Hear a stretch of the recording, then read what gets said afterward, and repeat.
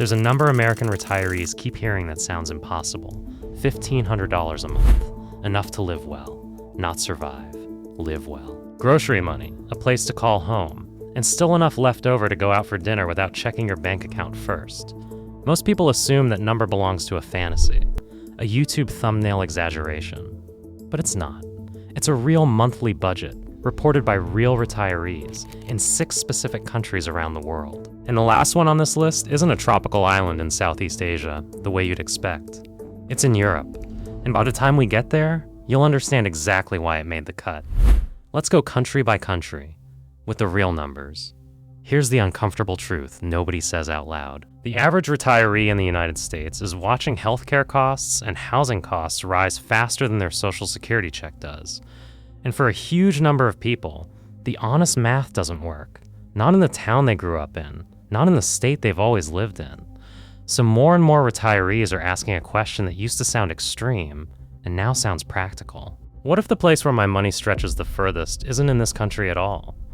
This isn't about giving up on the life, you know. It's about understanding that in some countries, the same $1,500 that barely covers rent in an American city covers an entire, comfortable month abroad, housing, food, healthcare, and a little left over for the life you actually want to live. Number 6, Sri Lanka.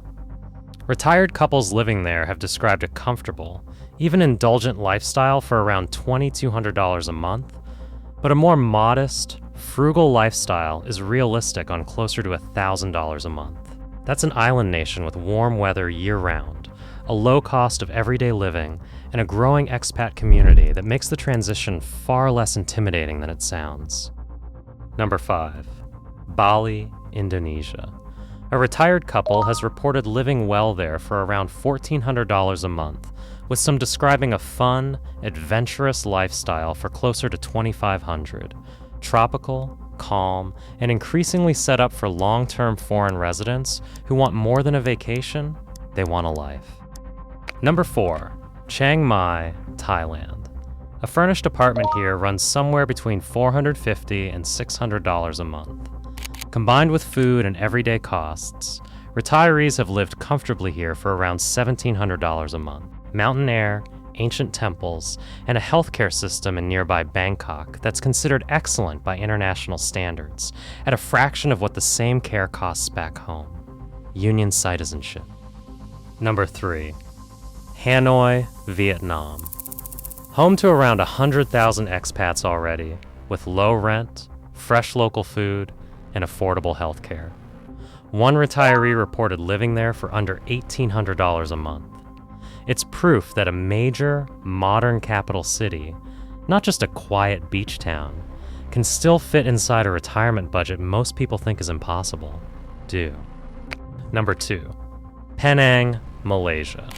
A retired couple can live comfortably here for around $1,500 to $2,000 a month, with access to modern hospitals and clinics where the quality of care is excellent, and the cost is a fraction of what it would be in the United States. Malaysia's long-term residency program is one of the most straightforward in the world for retirees, which is part of why so many have already made the move: union citizenship.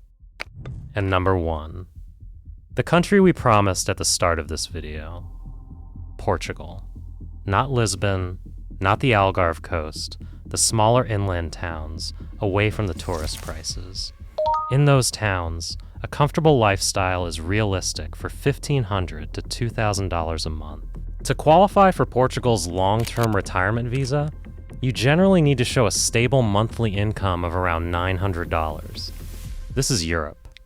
Cobblestone streets, centuries-old architecture, some of the best healthcare systems on the planet, and a cost of living that, in the right town, competes directly with Southeast Asia. That's why it earned the final spot on this list, because it proves the rule wrong.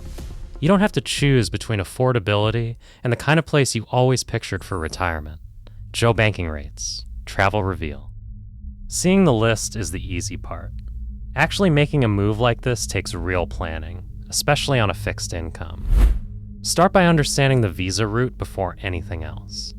Some countries want proof of steady income, others want proof of savings, and the requirements can be the difference between a smooth move and a stressful one. Look into healthcare access early, not last. In several of these countries, private healthcare membership costs less per month than a single American copay, but you need to know how to enroll before you land. And whenever possible, spend a season there first, on a tourist visa, before committing to anything permanent. A place can look perfect in photos and feel completely different once you've lived through its rainy season or its high tourist months firsthand. There's a quiet shift happening in how people think about retirement. It's no longer just a question of how much you've saved.